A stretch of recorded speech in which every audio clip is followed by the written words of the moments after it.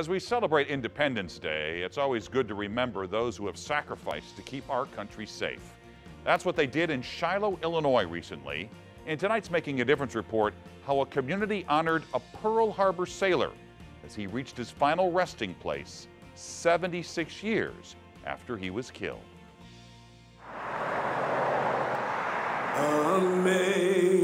Amazing grace, how sweet. Some journeys are measured not in miles, but in years. Like the one that brought us here to Faith Family Church in Shiloh, Illinois.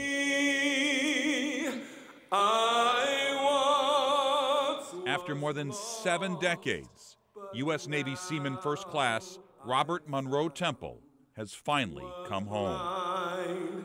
But now I see. Temple was just 19 on December 7th, 1941.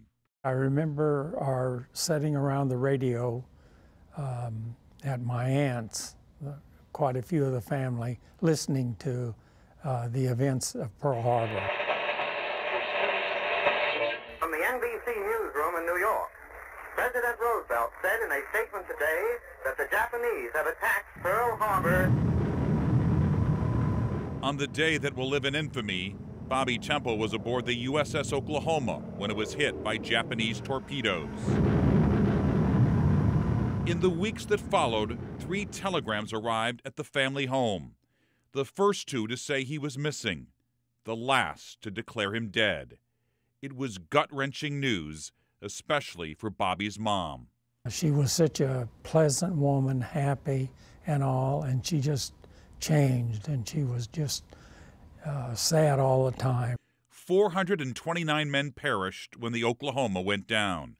Remains were recovered, but many were unidentified, which is like reading the last chapter, but not being able to close the book. I remember my mom always had express this glimmer of hope that some way, somehow, someday, he's going to show up, because there was no body to identify. That is until a few months ago when a call came from the U.S. Navy. Through DNA technology, the past could finally speak. They identified Bobby's remains. I swelled up with tears, and it was really a moving time.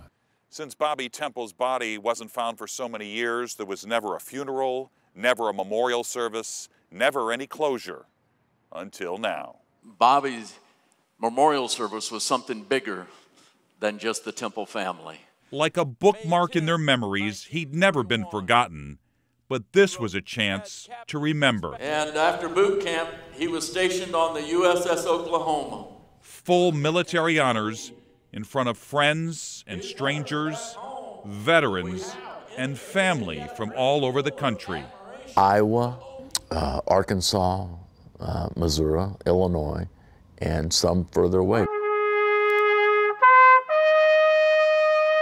Arnold Creek drove 300 miles to play taps. He never met Bobby Temple, but his dad did. They were friends. Dean Creek was a Pearl Harbor survivor. Dad passed away in 2010, and so no way he could be here to know any of this was happening. And I just feel so honored to get to represent the family.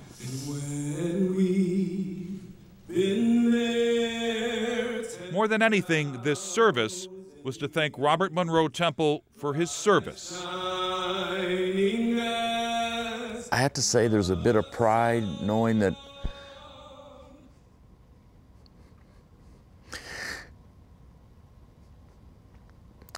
my uncle was one of those that gave his life for my freedom, my liberty.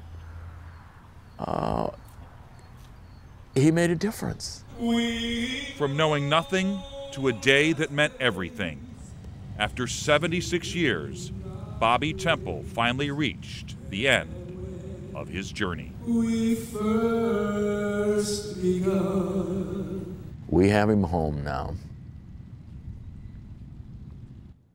Bobby Temple's sister-in-law, Malvine, has been involved in keepsakes and research and is working on a book about the family and Bobby's sacrifice.